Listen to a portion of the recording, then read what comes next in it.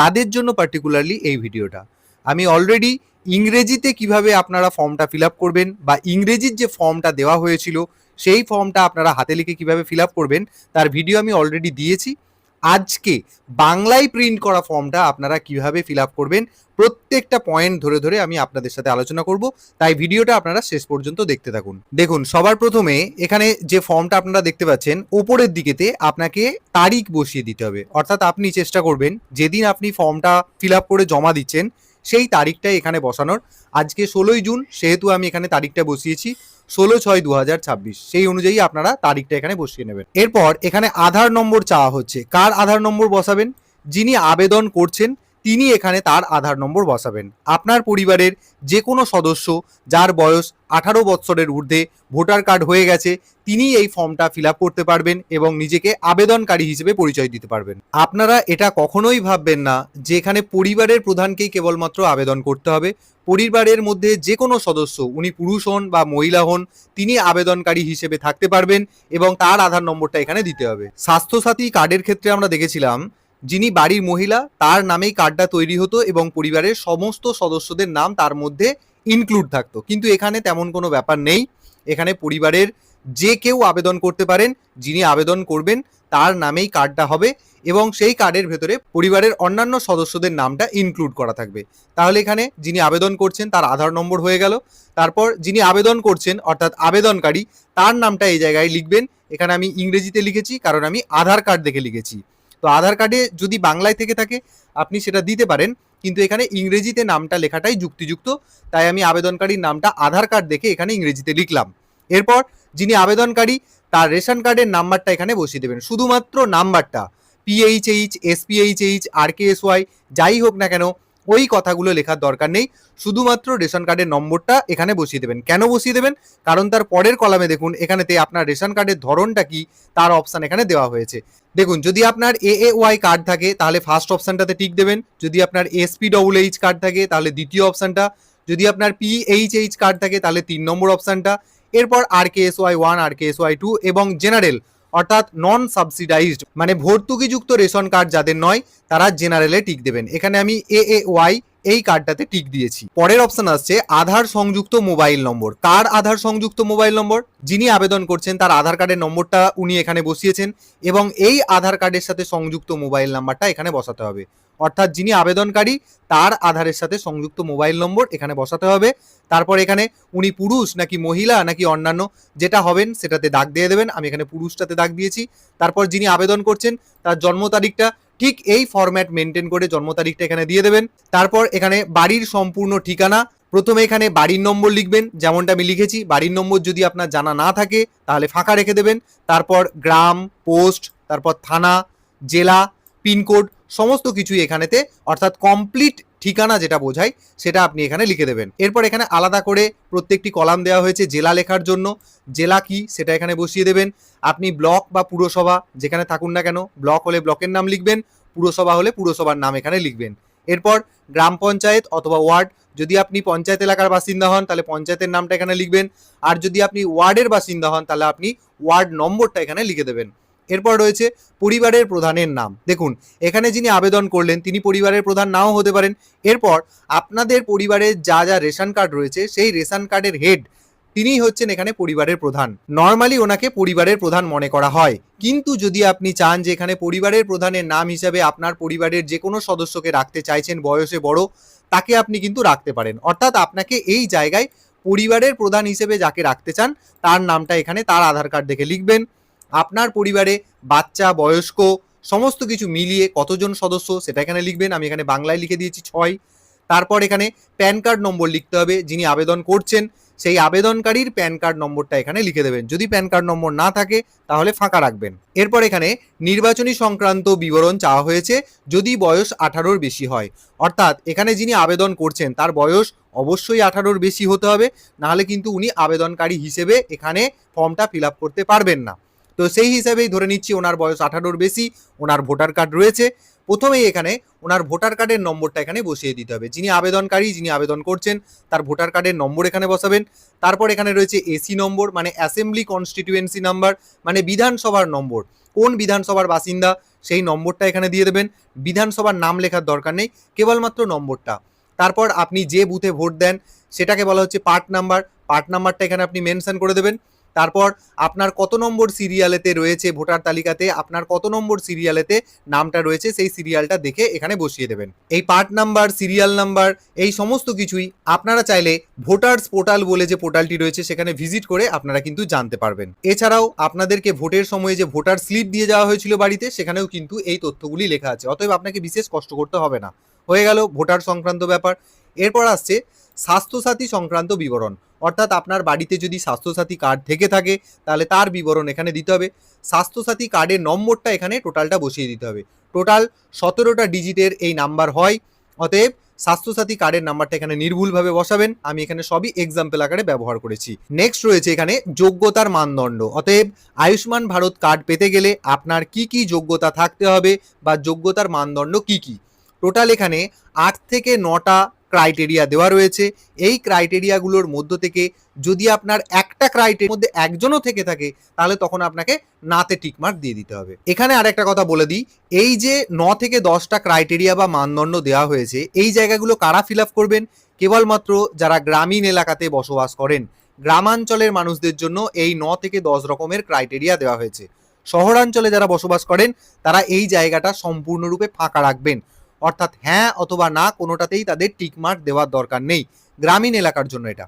এরপর পরের মানদণ্ড কি, 16 থেকে 59 বছর বয়সের কোনো প্রাপ্তবয়স্ক পুরুষ সদস্য নেই এমন মহিলা প্রধান পরিবার। ধরে নিচ্ছি এমন একটি পরিবার রয়েছে যেখানে নারী প্রধান, অর্থাৎ পরিবারের কর্ত্রী তিনি হচ্ছেন একজন মহিলা, এবং সেই পরিবারেতে 16 থেকে 59 বছর বয়সের কোনো প্রাপ্তবয়স্ক পুরুষ নেই।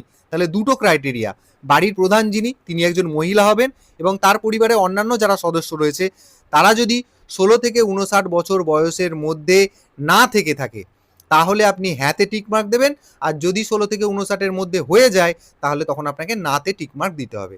নেক্সট হচ্ছে, যদি আপনার পরিবারেতে কোনো প্রতিবন্ধী সদস্য না থেকে থাকে বা প্রতিবন্ধী প্রাপ্তবয়স্ক সদস্য না থেকে থাকে তাহলে আপনি হ্যাঁতে টিকমার্ক দেবেন, আর যদি আপনার বাড়িতে প্রতিবন্ধী কোনো প্রাপ্তবয়স্ক সদস্য থেকে থাকে তাহলে আপনি নাতে টিকমার্ক দেবেন। ভাষাটা একটু বুঝে তবেই টিকমার্কটা দেবেন, আমি বলে দিচ্ছি যদিও। এরপর আপনার পরিবারে যদি কোনো SC ST মেম্বার থেকে থাকে, মানে তপশিলি জাতি আর তপশিলি উপজাতির সদস্য যদি হয়, তাতে যেই হোক না কেন, তাহলে যদি থেকে থাকে তাহলে হ্যাঁতে দাগ দেবেন, যদি না থেকে থাকে তাহলে নাতে টিকমার্ক দেবেন। এখানে এই পরিবারে সবাই তপশিলি জাতিভুক্ত, তাই আমি এখানে টিকমার্ক দিয়ে দিয়েছি হ্যাঁ এর ঘরে। এরপর রয়েছে, বলছে ভূমিহীন পরিবার যাদের আয়ের প্রধান উৎস দৈনিক শারীরিক শ্রম, অর্থাৎ আপনার পরিবারের যদি কোথাও কোনো জমি না থেকে থাকে এবং দিন আনি দিন খায়, অর্থাৎ ধরুন কোনো শ্রমিক শ্রেণীর আপনি কাজ করেন, কারো বাড়িতে কাজ করেন, যেদিন টাকাটা আপনার উপার্জন হবে সেই দিয়েই আপনার সেদিনের সংসারটা চলবে, এরকম যদি হয় তাহলে আপনাকে হ্যাঁতে টিকমার্ক দিতে হবে। যদি এই ধরনের না হয় তাহলে নাতে টিকমার্ক দিতে হবে। নেক্সট হচ্ছে যে আপনি বা আপনার পরিবার সম্পূর্ণরূপে অসহায় এবং ভিক্ষা করে জীবনপাত করেন বা ভিক্ষা বৃত্তির ওপর নির্ভরশীল, তাহলে আপনাকে ইয়েস অপশানটা মানে এই হ্যাঁ অপশানটাতে দাগ দিতে হবে।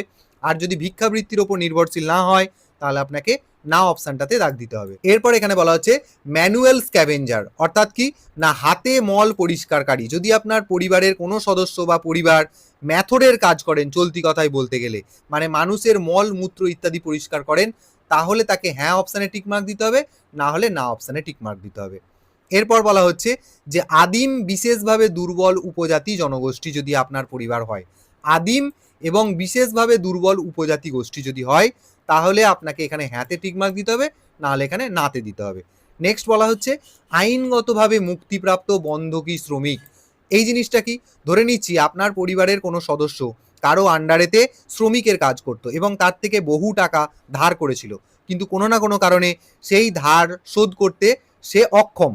তার ফলে সেই মালিক আপনার পরিবারের এই সদস্যের বিরুদ্ধে আইনি ব্যবস্থা নিয়েছে এবং আইনের মাধ্যমেই তিনি মুক্তি পেয়ে গেছেন বর্তমানে, মানে তাকে আর লোন শোধ করতে হয়নি বা কোনো না কোনোভাবে ওই আইনি জটিলতা থেকে তিনি মুক্তি পেয়েছেন। বন্ধকি শ্রমিক যদি হয় তাহলে সেক্ষেত্রে ইয়েস অপশানে মানে হ্যাঁ অপশানে দাগ দিতে হবে, নাহলে না অপশানে দাগ দিতে হবে। গ্রামের ব্যাপার স্যাপার এবার মিটে গেল। এরপর চলে আসছি শহরাঞ্চলে। যে সমস্ত মানুষ শহরাঞ্চলে বসবাস করেন তারা কেবলমাত্র এই জায়গাটা ফিল আপ করবেন, তাদের মানদণ্ড কেবলমাত্র এটা। এখানে কিন্তু গ্রামাঞ্চলে যারা বসবাস করেন তারা এই জায়গাটা সম্পূর্ণরূপে ফাঁকা দেখে দেবেন। আমি এখানে বিভিন্ন টিকমার্ক দিয়েছি, জাস্ট বোঝানোর জন্য। দেখুন এখানে বহু পেশাভিত্তিক ব্যাপার-স্যাপার রয়েছে, বহু পেশা রয়েছে। এই পেশাগুলোর মধ্যে থেকে যেকোনো একটি যদি আপনি হন, তাহলেই আপনি আয়ুষ্মান ভারতের কার্ড পাবেন। প্রথম কথা কি, যে আবর্জনা সংগ্রহকারী যদি আপনি হন, তাহলে আপনাকে এখানে হ্যাঁতে দাগ দিতে হবে, নাহলে নাতে দাগ দিতে হবে। বা আপনাদেরকে যেটা বলে দিই, এখানে তো বিভিন্ন পেশা রয়েছে, এর মধ্যে থেকে একটা বা দুটো যেটা আপনি হবেন, যদি আপনি হন তাহলে সেখানে হ্যাঁতে টিক মার্ক দেবেন, বাদবাকিগুলো সব ফাঁকা রেখে দেবেন। নাতেও টিক মার্ক দেওয়ার দরকার নেই। যদি আপনি হন তাহলে হ্যাঁতে দেবেন, নাহলে নাগুলো ফাঁকা রেখে দেবেন। আর যদি নাতে সব দিয়ে দেন তাতেও কিন্তু কোনো অসুবিধা নেই।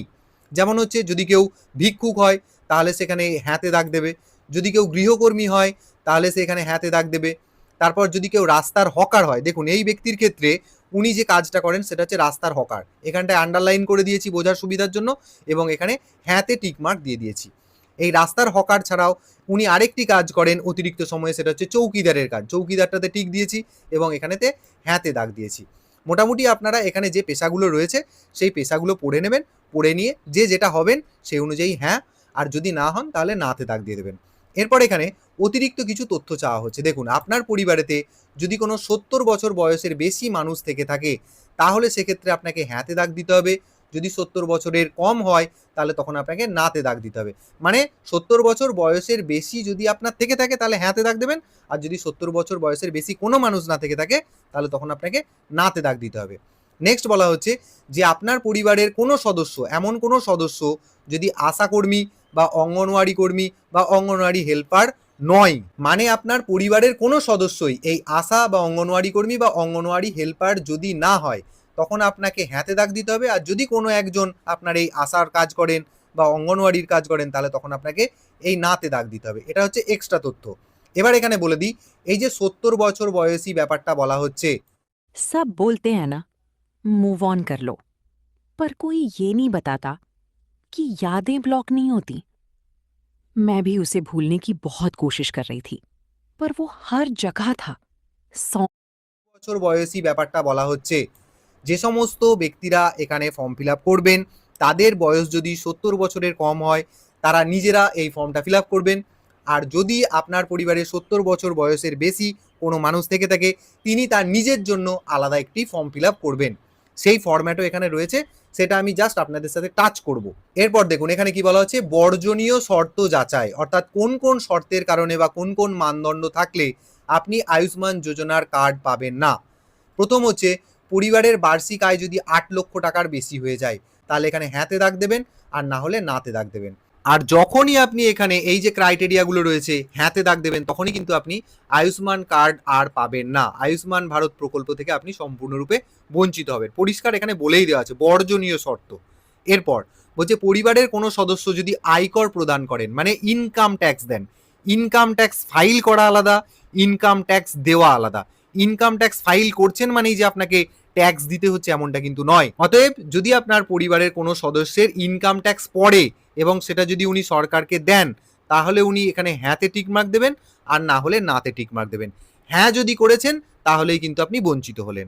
নেক্সট হচ্ছে যে এসআইআর 2026-এর ভোটার তালিকাতে কেউ এমন রয়ে গেছে কি যে এএসএসডি তালিকাভুক্ত। এ মানে হচ্ছে অ্যাবসেন্টি, এস মানে হচ্ছে শিফটেড, ডি মানে হচ্ছে ডিসিজড, আর শেষ ডি মানে হচ্ছে ডুপ্লিকেট।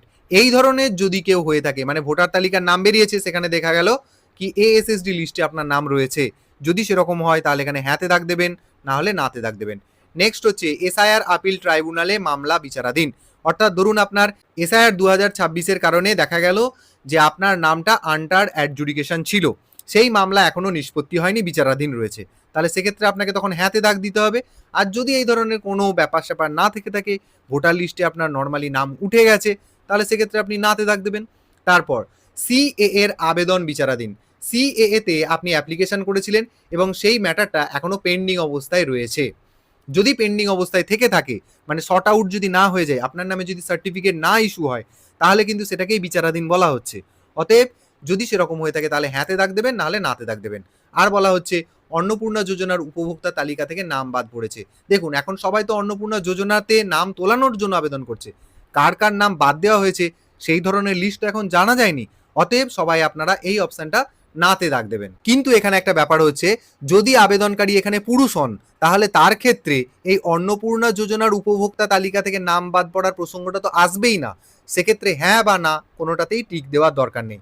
যদি এখানে মহিলা আবেদনকারী হয় তার ক্ষেত্রে এই অপশানটা প্রযোজ্য।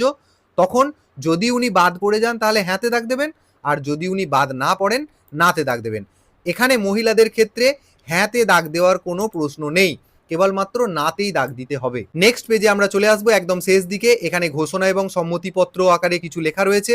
আপনি এই চেকবক্সটাতে টিক দিয়ে দেবেন এবং যিনি আবেদন করছেন তিনি এখানে তার ফুল সিগনেচার করবেন, বাংলায় বা ইংরেজিতে যেমন পারবেন সিগনেচার করবেন। যদি সিগনেচার করতে না পারেন তাহলে বাম হাতের বুড়ো আঙুলের এখানে টিপছাপ দিয়ে দেবেন, ব্যাস হয়ে গেল। এরপর এখানে রয়েছে রসিদ, এই জায়গাটা আপনার কোনো কিছু করার দরকার নেই, সম্পূর্ণরূপে ফাঁকা রেখে দেবেন। আর এখানে যেটা রয়েছে দেখুন, FLW মানে ফিল্ড লেভেল ওয়ার্কার। আপনি এই যে তথ্যগুলো দিলেন সেই তথ্যগুলো নিশ্চিতভাবে ভেরিফিকেশন হবে। যিনি ভেরিফিকেশন করবেন তাকেই বলা হচ্ছে ফিল্ড লেভেল ওয়ার্কার। তিনি এই জায়গাটা সম্পূর্ণরূপে ফিল আপ করবেন এবং আপনার অ্যাপ্লিকেশনটা বাতিল হলো কি অ্যাকসেপ্ট হলো তিনি এখানে কমেন্ট দেবেন, সই করবেন এবং কত তারিখে এসে এই ইন্সপেকশনটা করেছেন বা ভেরিফিকেশন করেছেন তার তথ্যগুলি এখানে উনি তুলে দেবেন। ব্যাস আপনার কাজ শেষ, আপনি শুধুমাত্র এই ফর্মটা নিয়ে গিয়ে জমা করে দিন, তাহলেই হয়ে গেল। আর নিচে রয়েছে শুধুমাত্র অফিসিয়াল ব্যবহারের জন্য, মানে যারা অফিসের কর্মকর্তারা রয়েছেন তারা আপনার ফর্ম ভেরিফিকেশন যাচাই তথ্য মেলানো সমস্ত কিছু করে নিয়ে তাদের কমেন্ট তাদের তথ্য এখানে দিয়ে দেবেন, ব্যাস আপনার কাজ কমপ্লিট।